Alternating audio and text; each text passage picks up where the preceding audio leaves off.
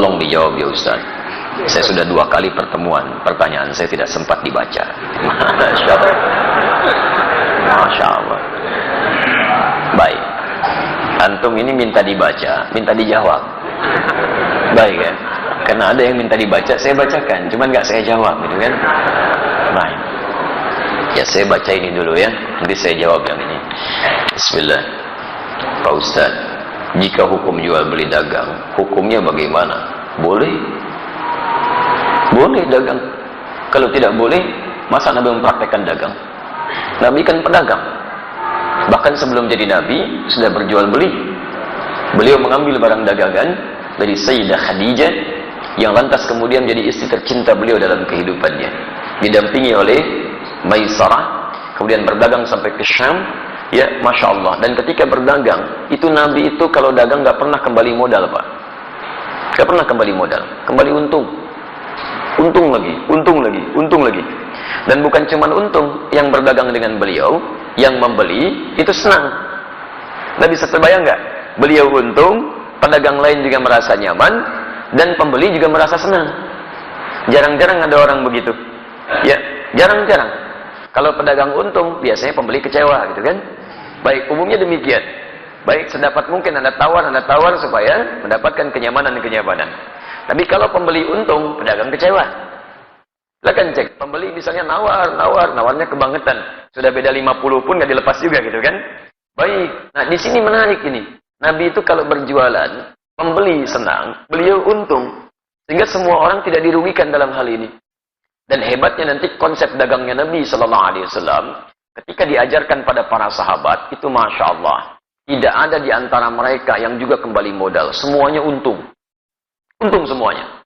Silakan Anda lihat. Ada sahabat Uthman bin Affan radhiyallahu ta'ala anhu. Allah. Ada sahabat Abdurrahman bin Auf radhiyallahu ta'ala anhu. Sebelumnya ada sahabat Abu Bakar radhiyallahu ta'ala anhu. Banyak para pedagang di zaman Nabi, teman-teman sekalian, ketika mereka sudah masuk Islam, dilatih oleh Nabi bagaimana cara berislam yang baik dan diterapkan dalam kehidupan, sesuai dengan pekerjaan mereka. Maka Masya Allah, dagangannya berlipat-lipat untungnya. Bukan cuma untung dunia, tapi untung akhirat. Tidak sedikit di antara pedagang di masa Nabi, bukan cuma kaya dalam urusan dunia yang asetnya sampai sekarang masih ada, tapi juga dijamin surganya tanpa hisab. Saya beri contoh, Uthman bin Affan radhiyallahu ta'ala anhu. Sebelum masuk Islam, pebisnis. Setelah masuk Islam, kayanya luar biasa. Silakan antum, saya berdoa mohon pada Allah, kalau yang belum umrah, belum haji, insya Allah diikhtiarkan ya, ikhtiarkan. Insya Allah mudah-mudahan dipercepat oleh Allah Subhanahu Wa Taala untuk bisa berhaji atau umrah. Nanti saat ke Madinah main ke satu tempat, terdapat di dalamnya tapak-tapak kesuksesan Uthman bin Affan radhiyallahu taala anhu. Di antaranya beliau masih punya aset sampai sekarang. Ada sumur yang pernah beliau bebaskan ketika dimonopoli oleh Yahudi. Mau minum bayar.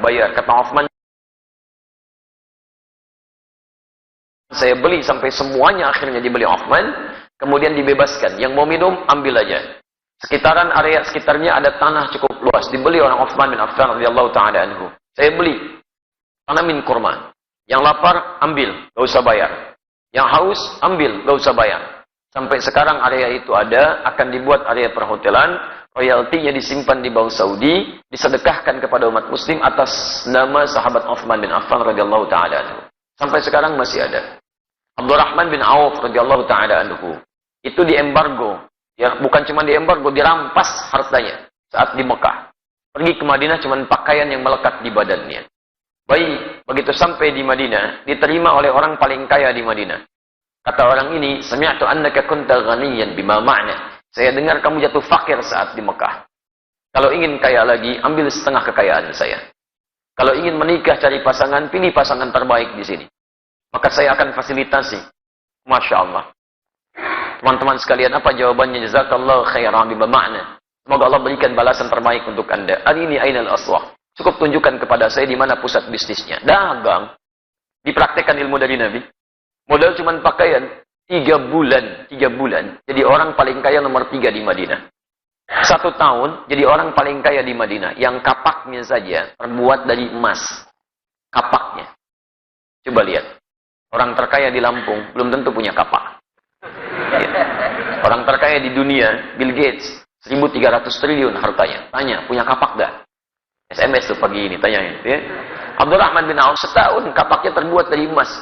Modalnya apa? Cara bisnis Nabi. Nah, cara ini tidak menghalangi mereka untuk ibadah kepada Allah. Kaya dan soleh. Silahkan cek, buka kitabnya Imam An-Nawawi. Imam An-Nawawi punya kitab namanya At-Tibyan fi Adab Hamalatil Quran. Lihat versi Arabnya cetakan Darul Kutub Al-Islamiyah. Warnanya merah marun. Halaman 38. Paragraf yang pertama, baris 1 sampai baris yang kedua paling atas sebelah kanan. Kata Imam An-Nawawi rahimahullah, sahabat Utsman bin Affan, Abdurrahman bin Auf, ada Abu Darda, itu orang-orang, ada lagi At-Tamimi, itu orang-orang yang luar biasa. Tamim Ad-Dari, bukan At-Tamimi, Tamim Ad-Dari, yaitu malamnya, di antara kesibukan mereka, masih bisa menunaikan tahajud sampai khatam Al-Quran. Sampai khatam Al-Quran. Jadi pendekatan kepada Allahnya luar biasa. Makanya Allah buka rezeki mereka lebih daripada yang lain. Jadi kalau Anda ingin dapatnya rumusnya begini. Kalau Anda punya permintaan yang lebih daripada orang lain, maka dekati Allah dengan cara ibadah yang lebih daripada orang lain. Orang lain tidur, Anda bangun.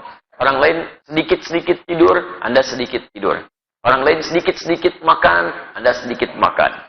Puasa, rajin. Tahajud, rajin. Ikhtiar juga rajin. Nanti dengan ikhtiar itu Allah mudahkan jalan keluar Anda. Wa may yattaqillaha yaj'al lahu makhraja wa yarzuqhu min haitsu la yahtasib. Demikian di Quran surah ke-65 ayat 2 sampai 3. Nah, saya persingkat jawaban untuk pertanyaan Anda di sini. Kalau Anda ingin berubah lebih baik, itu dikumpulkan oleh para imam hadis dalam kitab-kitab hadis. Disebut dengan Kitabul Buyu', bab tentang pembahasan bisnis dari Nabi sallallahu alaihi wasallam. Saran saya, keluarkanlah ayat-ayat Quran yang berbicara tentang cara berdagang. Kemudian lihat tafsirannya dari Nabi, buka kitab Imam Al-Bukhari misalnya, buka Kitabul Buyu', bab tentang bisnis dari Nabi. Keluarkan itu, duduk dengan sesama pedagang, jangan sendirian. Jangan ingin menguasai sendirian. Dulu teman-teman Nabi itu saling bersama-sama. Semua kaya, bahkan kaya banget. Ya kumpul bareng-bareng. Kenapa antum gak kumpul para pedagang, pebisnis, pengusaha? Duduk bareng-barang, tilawahi ayatnya, hadisnya, kemudian antum undang ustaz di bidangnya. Diskusikan, praktekkan. Kalau nggak dipraktekkan kapan lagi? Ya silahkan kalau nggak percaya. Konsep itu sekarang diambil oleh orang Yahudi, dipraktekkan oleh mereka. Cuma mereka tidak pernah mengungkapkan istilah kalau itu diambil dari hadis Nabi. Konsep syariah itu sekarang banyak diadopsi Pak di Eropa. Bahkan di Inggris sekarang sedang marak tuh, di London macam-macam dikembangkan. Ya kemudian oleh Yahudi dirubah istilahnya di Ventura. Ventura itu asalnya syariah. Cuman dimodifikasi oleh mereka untuk menampilkan sistem hukum yang kira-kira bisa awet gitu.